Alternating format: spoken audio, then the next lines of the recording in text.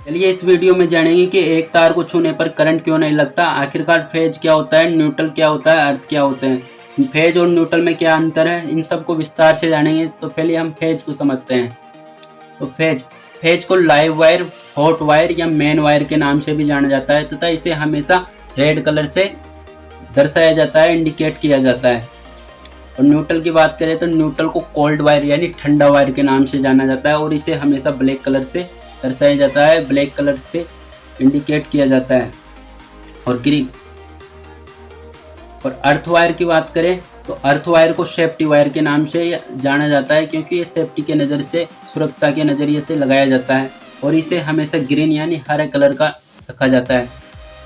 अब फेज की बात करते हैं कि फेज आखिरकार क्या होता है, ये किस प्रकार से वर्क करता है और ये हमारे सर्किट में या हमारे विद्युत में क्यों आवश्यक है। तो फेज को हमेशा रेड कलर से दर्शाया जाता है। फेज करंट के जाने का रास्ता होता है, जैसे कि इस बल्ब के उदाहरण के माध्यम से समझते हैं। इस बल्ब में जो कि ये फेज जा रहा है, ये करंट को ले जाने का कार्य कर रहा है और न्यूट्रल करंट के लौटने का मार्ग होता है, जैसे कि बल्ब से करंट फेज से गया और न्यूट्रल से वापस लौट रहा है। जब तक करंट को जाने का रास्ता मिलेगा और आने का नहीं मिलेगा तो वह किसी प्रकार से उपकरण को नहीं चला सकता, न ही कोई उपकरण कार्य करेगा।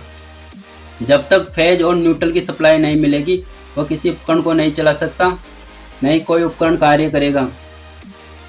जितना फेज का होना जरूरी है उतना ही न्यूट्रल का, क्योंकि फेज करंट को ले जाने का कार्य करता है और न्यूट्रल करंट को लाने का।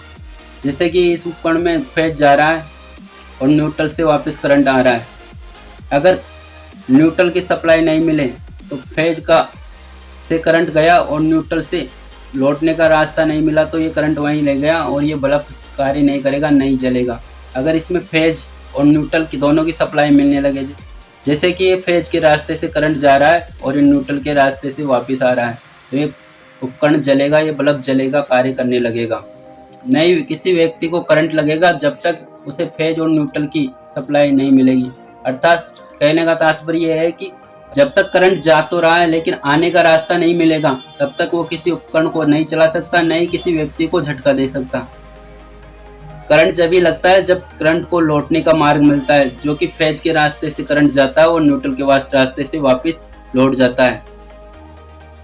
और अर्थ की बात करें तो ये कि सेफ्टी के नजरिए से लगाया जाता है, जो कि लीकेज करंट को वापस ले आने का कार्य करता है। जैसे कि इस फैन में उदाहरण के माध्यम से समझते हैं। जैसे कि ये फेज है, इससे करंट जा रहा है और इस न्यूट्रल से लौट रहा है। ये एक उपकरण है। अगर कहीं गलती से कहीं ये वायर शॉर्ट हो गया और इसकी बॉडी से टच कर रहा है, यानी कि ये कहीं से शॉर्ट हो गया तो करंट लीक हो गया और इस बॉडी से टच कर रहा है तो पूरी बॉडी में करंट फैलेगा। उसी फैले करंट को, जो कि लीकेज करंट होता है, उसी लीकेज करंट को वापस ले जाने के लिए अर्थिंग का प्रयोग किया जाता है। अगर इस लीकेज करंट जो कि बॉडी पर फैल गया और किसी व्यक्ति को इस उपकरण को टच करता है तो उसके बॉडी में भी वो लीकेज करंट चला जाता है और इस प्रकार उसको झटका लग जाता है। इसी झटके से बचने के लिए अर्थिंग का प्रयोग किया जाता है, जो कि अर्थ वायर के माध्यम से उस लीकेज करंट को ग्राउंड में कर दिया जाता है। जैसे कि इस बॉडी में करंट उतरा जैसे ही फेज के लीक होने पर, तो लीकेज करंट को भेजने के लिए ये अर्थिंग कर दी गई, इसकी बॉडी से ये अर्थिंग वायर जोड़ दिया गया। अब इस प्रकार अर्थिंग वायर जोड़ देने से ये लीकेज करंट इस अर्थिंग के माध्यम से वापस ज़मीन में आ जाएगा और किसी व्यक्ति को करंट नहीं लगेगा।